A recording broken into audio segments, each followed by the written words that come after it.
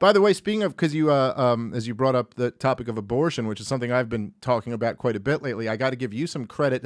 As you've mentioned, you are always a little bit ahead of your time. But you, I must give you credit, predicted that I would be pro-life by the end of the year, I believe, about a year and a half ago.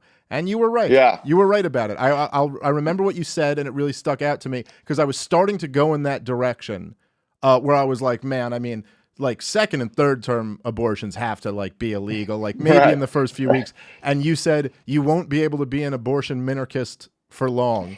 You're Exactly. too obsessed with being logically consistent, and you were right about that. Exactly. Yeah. And when you aren't logically consistent, the worst elements of society will push it to hell. You know, if you don't have a strong argument as to why it should be 9 weeks and not 14, it'll be 40, and then they'll sell the parts for profit. And then and one thing about you I've always really liked is when someone makes a good point, you look happy, even if it disagrees with your point, because you're like, oh, a new angle that could help me. And so many people don't have that. If you challenge their idea with something that could actually challenge their idea, they look scared and resentful, and then they troll you on YouTube for 10 straight years. So I knew that with the love of your daughter and just seeing the hell that was approaching with these 40-week abortions, I knew it was a matter of time. You know, it's so, I really like the term you use, like being under a spell. And I think that I was listening to your latest live stream and you were talking about that. And you said at one point, you were like, look, I'm sure I'm still under some spells, but that's the whole nature of spells. You're not aware of them. And I know certainly I've been under spells in the past. I mean, I was a statist at one point, you know, I wasn't always a libertarian, and I wasn't, I used to be pro-choice. I mean, and these are positions that I look back at now and I'm like, what the fuck was I thinking? But really what happened was— You woke me up to some spells.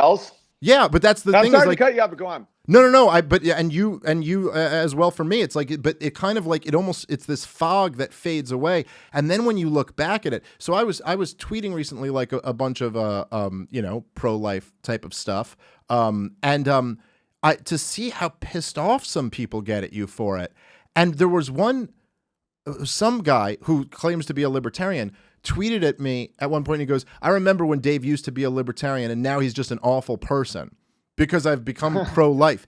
And it's like, it reminded me of what you always used to say, a phrase that really stuck out to me, of living in the upside down, where you're like, even if you think I'm wrong, this guy follows me, knows what my transition has been, that I had a daughter. I'm so in love with this little girl. I realized that she was my baby even when she was inside my wife, and I just don't want any more babies to die. So even if you disagree with me, to say I'm just like a shitty person now, like really, or the people who will say, they'll be like, if you take a pro-life position and they're like, you just hate women or something, as I'm like rocking this 5-month-old baby to sleep. And you're like, wow, this is really a perverted sense of morality where you're now thinking that I somehow hate women because the experience with my wife and daughter has changed my outlook on the process of baby murder. It's a weird world we live in, man. Well, maybe this insight will help you not just hate these people. If they're slaves. Like once you give up logos, once you give up logic, the word, the natural law, you can't, like once you accept that nonsense world, you have no more agency. You know, like Alyssa Milano was already saying something completely insane per usual, where she said, you know, we have to have a sex strike because of this Georgia bill, you know, because they want to save the unborn. Ladies, we got to stop. You know, we got to let women control their bodies. So ladies, use sex as a weapon, you know? And so someone else chimed in, well, not all women have vaginas. And Alyssa Milano then had to apologize and be educated on the fact that some women have dicks. And so you're reading this and you're like, once you accept that nonsense world, you have no say. You have no words. So that's why, you know, dudes like us could disagree on a topic and still be complete friends because we both know we're not lying. You know, we might be wrong, but we're not lying. When you know you're wrong and you're lying to get lollipops and fancy pants, you're in a hell that I can't imagine.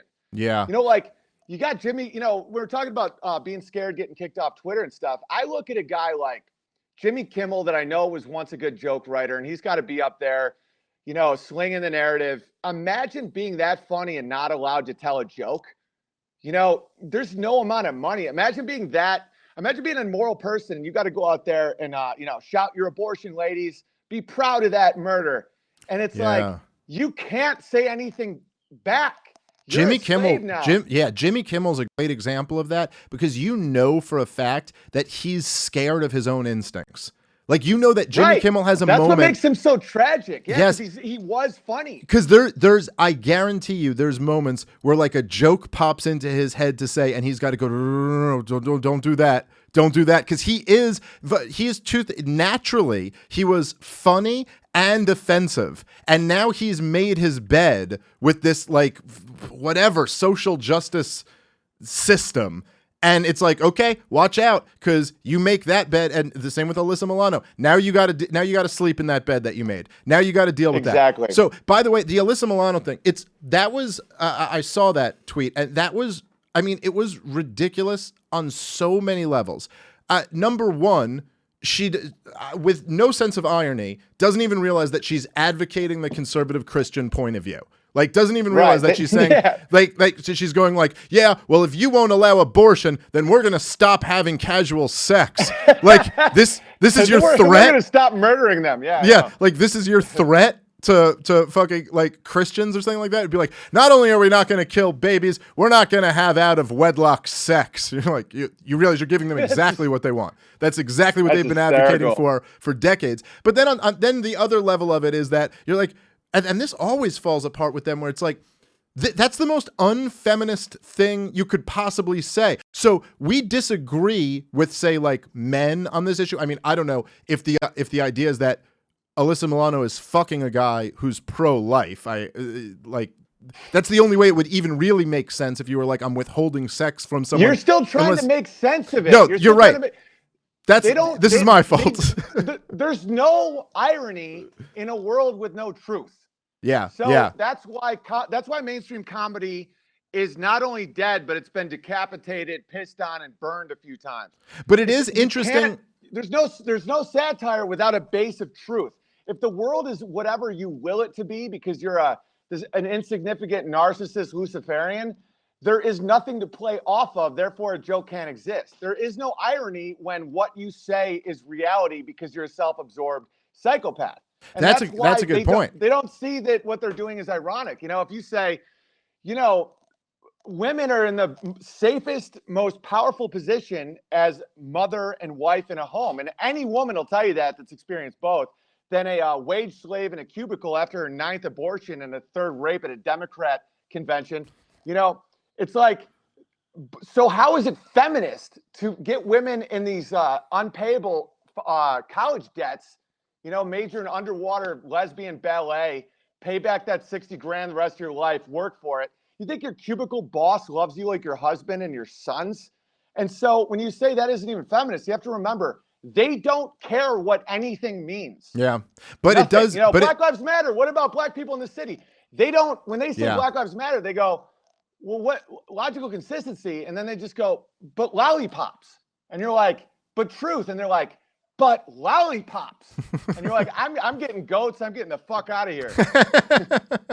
No, I'm with you. And if they cared about logical consistency, they obviously wouldn't be in the place that they're in now. But what's interesting to me is that there is something revealing, like truly revealing, about where you are as a person. If you think, like what you were talking about, like any woman who's been through, I'd say any woman who's been through motherhood and in a loving marriage, who's been through that. Right. The idea that if I know for a fact that if my wife or your wife wanted to convince you or me of something, like there was something they really felt strongly about, that they were like, no, I need a, like, it would, the next step would never be, I'm going to withhold sex from you until you agree with me on this. It would be like, hey, Yeah. this matters to me a lot. I want to have a conversation with you about it. And there is something so revealing to a chick who's been basically an actress her whole life as the hot chick. That's kind of what she's always like been since she got into it. And it's, well, I guess she was a kid actor, but